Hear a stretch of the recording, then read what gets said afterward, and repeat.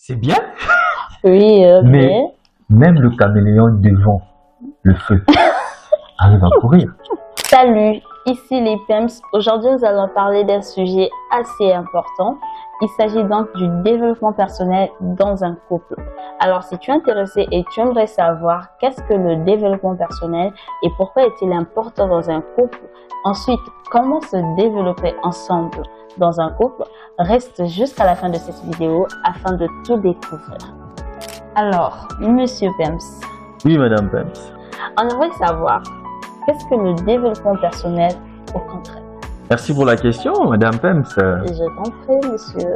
Alors, qu'est-ce que le développement personnel? Il y a plusieurs définitions pour le développement personnel qui existent en fonction des contextes. Mais nous allons simplement aborder cette définition qui est liée aux différents mots qu'il y a dans le terme développement personnel.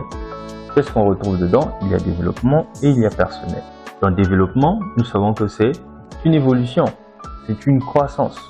Et personnel, c'est soi. Donc, c'est tout simplement une croissance de soi ou une croissance de la personne.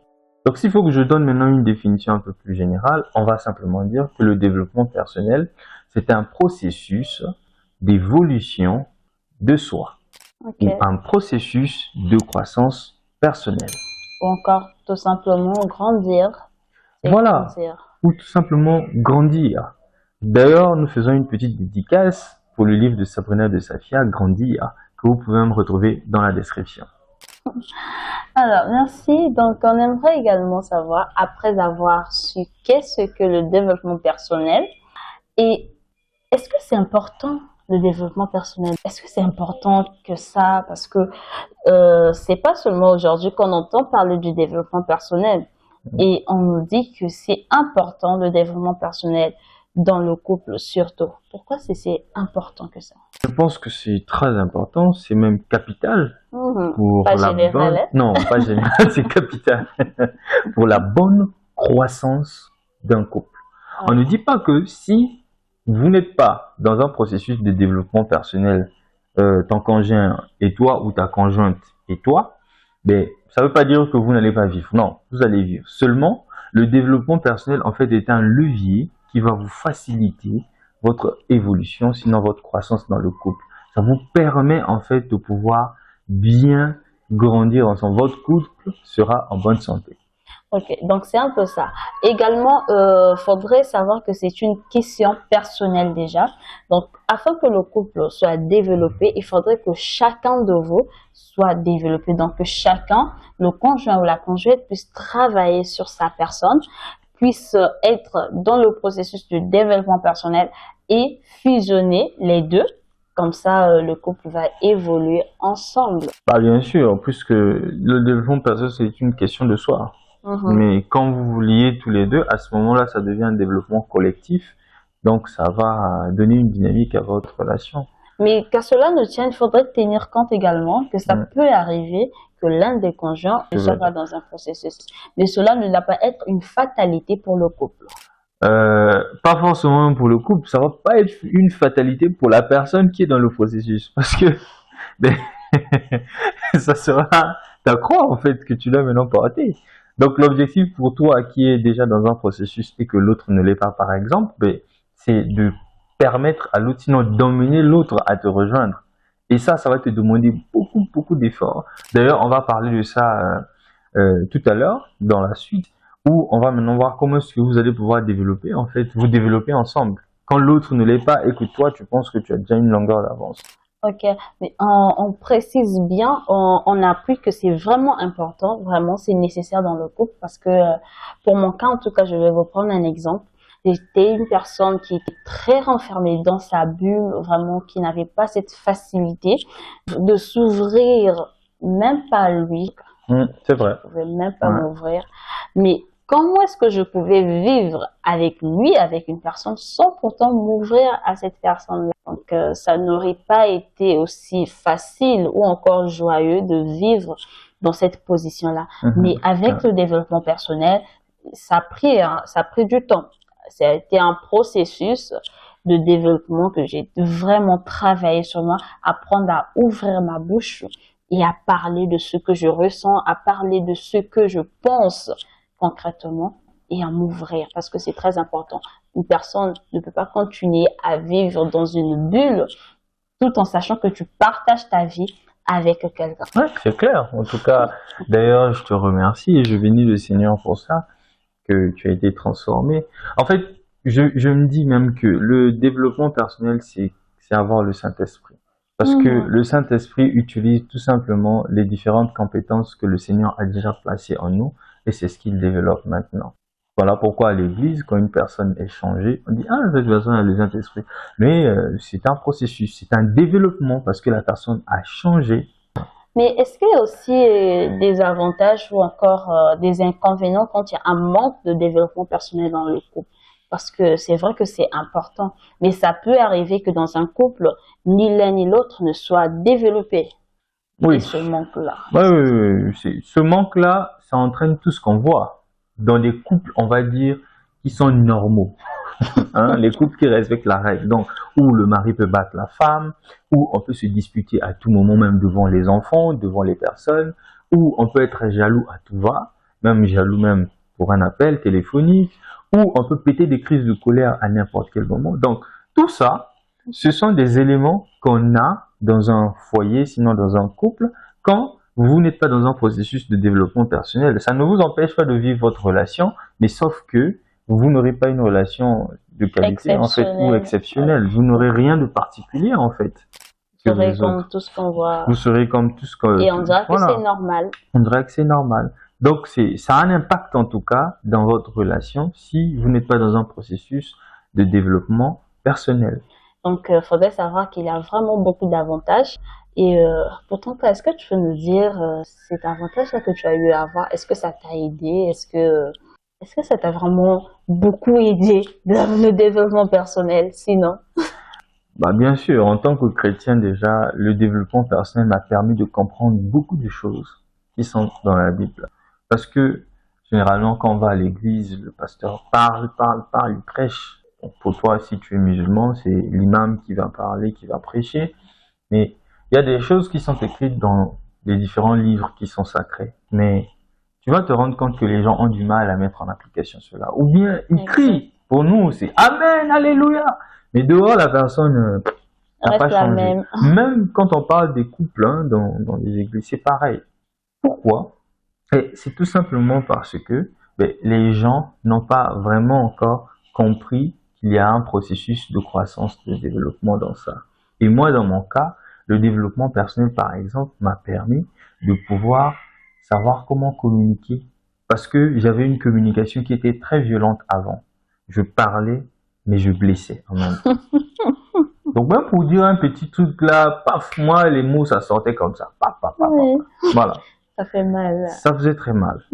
Et j'étais aussi assez nerveux, assez colérique. Mais aujourd'hui, je suis quand même quelqu'un qui est assez calme dans sa peau, sinon paisible. En tout cas, lent à la colère, comme on le dit, ou tempérant.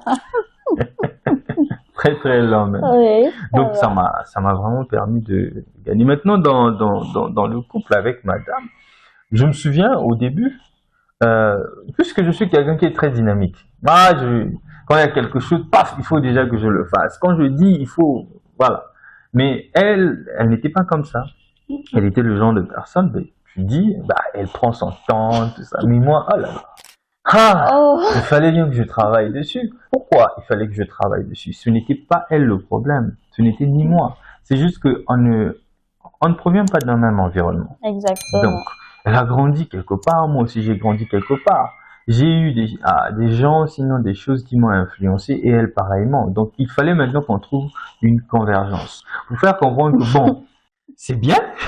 Oui, mais même le caméléon devant le feu arrive à courir.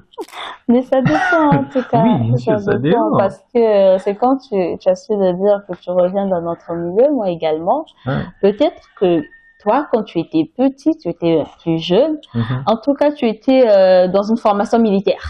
Oui, en quelque sorte. Et par contre, moi, j'étais la fille à papa. Voilà. Donc, là où c'est calme, c'est paisible.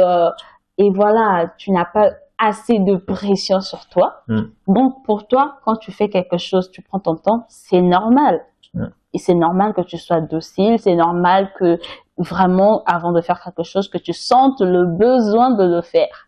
Et pas qu'on te mette une pression, mais seulement lorsqu'on décide de partager sa vie avec quelqu'un, tu dois faire des compromis parce que soit c'est des compromis aussi qui vont t'arranger, hein, chérie. Tu vas pas me dire non, que là, ça t'arrange pas. quand c'est déjà compromis, là, c'est pas que ça m'arrange personnellement, Ok. mais c'est pour nous maintenant. C'est pour nous maintenant. Ah, très bien. Ok.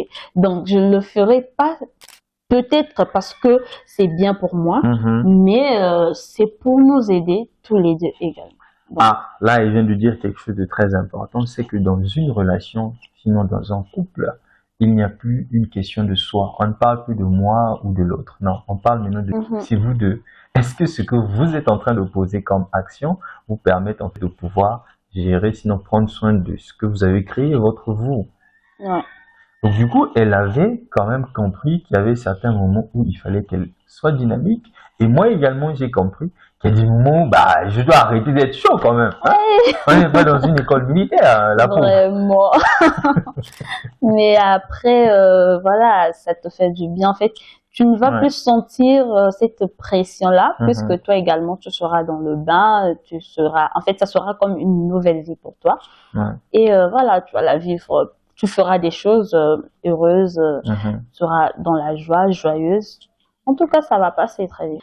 Et chérie, c'est vrai que le développement personnel, voilà, tu peux le faire seul, mais étant donné que vous vous mettez en couple, et est-ce que ça peut s'apprendre en couple?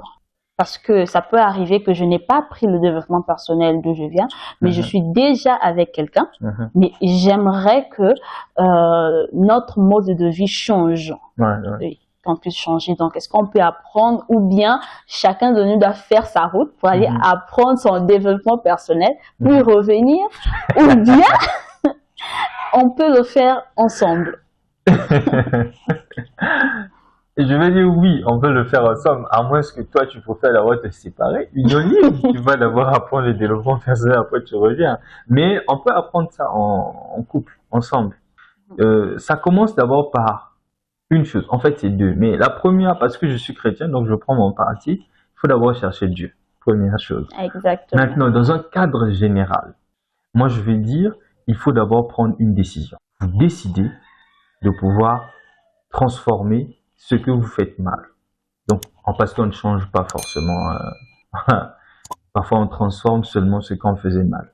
Donc, il faut prendre une décision ensemble. Ah, papa, ah, maman. Voilà. Nous, regarde comment est-ce qu'on se comporte, regarde ce qu'on fait. Notre vie n'est pas en train d'avancer comme il se doit. J'aimerais bien ou bien on aimerait bien qu'on change un peu notre façon d'agir ou bien qu'on s'inspire un peu de tel couple. Parce que eux, ils ne font pas telle chose, voilà. Alors là, on va vraiment parler. On peut s'inspirer d'un couple, mais cela ne veut pas dire que vous devrez changer vos valeurs. Ah oui, s'inspirer, vous pouvez vous inspirer, prendre ce qui est bien, voir ce qu'ils font, ce qu'ils font plutôt, ce qui est bien, mais vous n'êtes pas obligé de changer vos valeurs, votre façon d'être, en fait, ce qui vous rend spécial.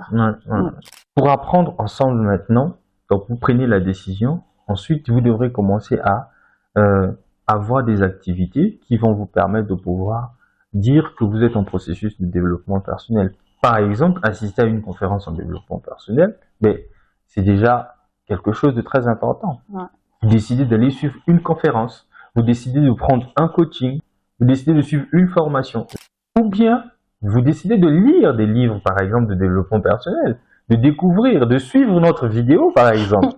Et surtout, lire la Bible. Et surtout lire la Bible, qui est le plus grand livre pour nous en développement personnel.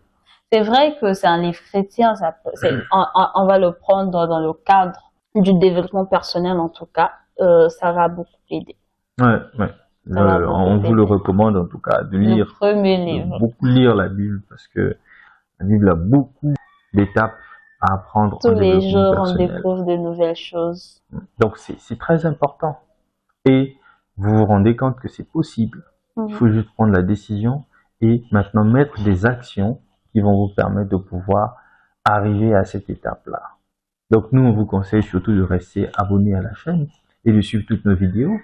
Ça vous permettra peut-être de pouvoir apprendre quelque chose de nouveau qui vous permettra de vous développer. Exactement, en tout cas, merci de nous avoir suivis, merci d'être resté jusqu'à la fin. On t'invite à s'abonner, activer la cloche de notification, surtout à nous laisser un commentaire si tu voudrais changer ta façon de faire, ta façon de vivre, tu voudrais être dans le processus du développement personnel, que ce soit personnellement pour toi ou encore en couple.